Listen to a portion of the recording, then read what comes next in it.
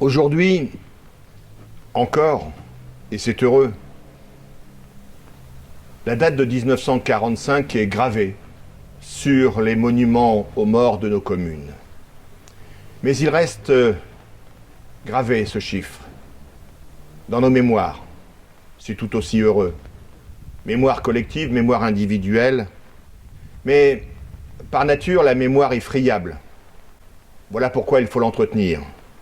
Y compris, et peut-être avant tout, la mémoire collective.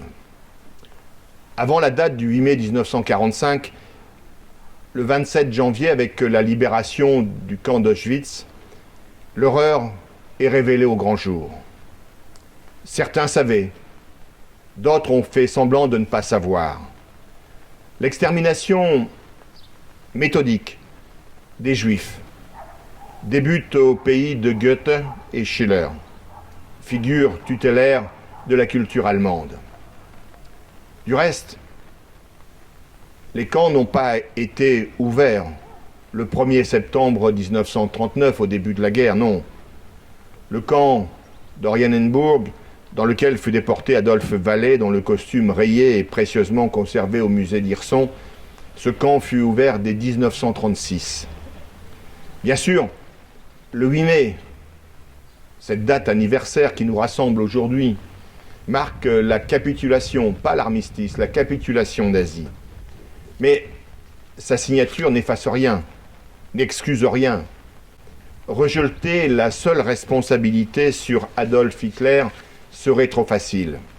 Oublier la collaboration, oublier la complicité active du régime de Vichy dans ce monstrueux crime contre l'humanité, c'est aller à contre-courant de l'histoire.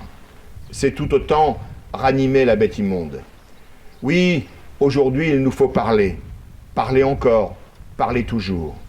Parler pour comprendre, parler pour expliquer, parler pour que d'autres génocides au Rwanda ou en Arménie ne soient pas enterrés sous une chape de plomb. Tous ces martyrs sont morts, non pour ce qu'ils avaient fait, mais pour ce qu'ils étaient. Oui, il nous faut parler, pour que, ici ou ailleurs, se fassent entendre, en cette brumeuse matinée de 2021, les voix de Gaulle et de Jean Moulin, de Lucie et Raymond Aubrac, d'Henri Freinet, de Pierre Brossolette, de Léo Lagrange, d'Esther Poteau, de Denise Capriroli, d'Antoine Sud, de Joubert Phillips, de Camille Grisot, de Roger Bouquillon, d'Albert Reguem, de Paul Chassagne, de Gilbert Delaporte, de Jean Delassault, de Pierre Poilvé, tué avec ses compagnons à 17 ans sur la route de Neuve-Maisons. Héros méconnus, fantômes sans voix. Oui, il est de notre responsabilité, de la responsabilité de la République, Madame la sous-préfète, de connaître pour transmettre, afin que les combattants de l'ombre et ceux des divisions engagées en métropole et en outre-mer ne soient pas morts pour rien.